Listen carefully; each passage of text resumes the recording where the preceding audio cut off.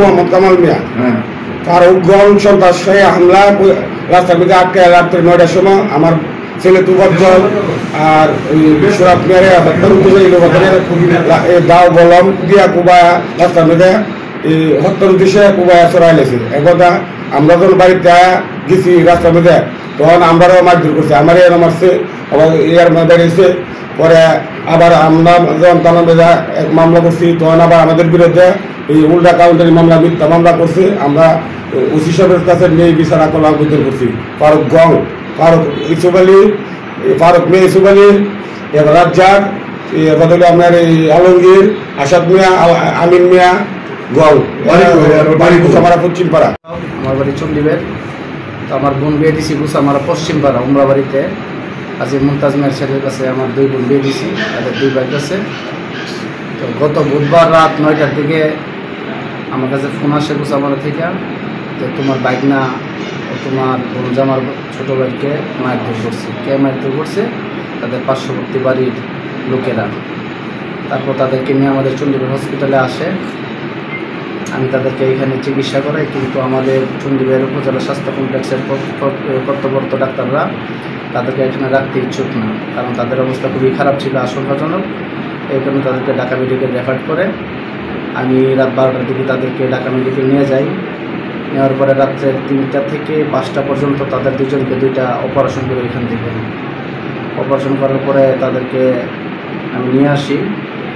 আসার পরে যে সুরাব আমার বনজামার যে ছোটো ভাই, এর যে মাথার মধ্যে কূপটা করে ওই যে এখানে ছবিটা দেওয়া আছে, আজকে 3 দিন যাবত প্রচুর বমি করতেছে। এখন আমি ডাক্তার দেখেছি, সিটি স্ক্যান করেছি।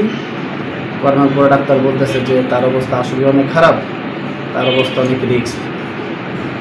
এখন আমাদের যা যতটুকু চিকিৎসা করা দরকার আমরা করলাম।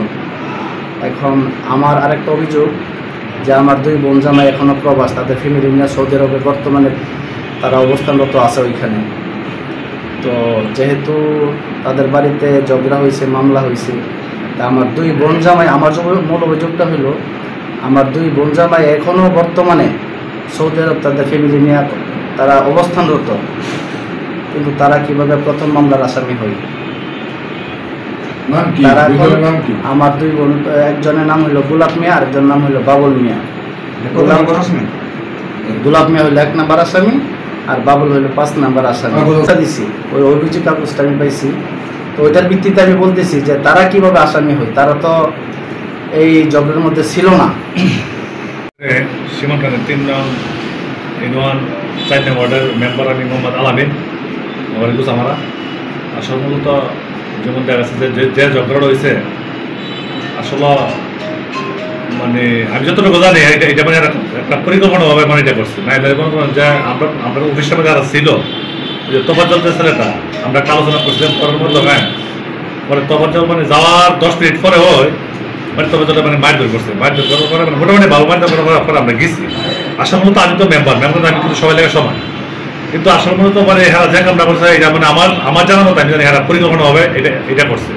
যাই হোক, যেমন দেখা যাচ্ছে গোলাপ মিয়া এবং বাবুল মিয়া, আমি কিন্তু আসলে আসলে মতো হেরার জন্য মামলাটা কেন দিচ্ছি, হেরা ধরুন দেশ নয়, হেরা যেহেতু করে প্রবাসে আছে, সৌদিরও আছে, মানে হেরা আমি মামলাটা দিয়েছে। কারণ আমি তো জনগণের প্রতিনিধি মেম্বার, এই হিসেবে তো আমার এটা প্রতিবাদ করা লাগে। আমি কিন্তু এই হিসেবে কিন্তু আসলে আসলে মতো হেরা তো 10 বছর ধরে তো দেশ হয় না, হেরার নামে কীভাবে মামলা হইব? আমি এটাই মানে আবেদন করি যে এটা মানে মিথ্যা বানোয়ার কথা।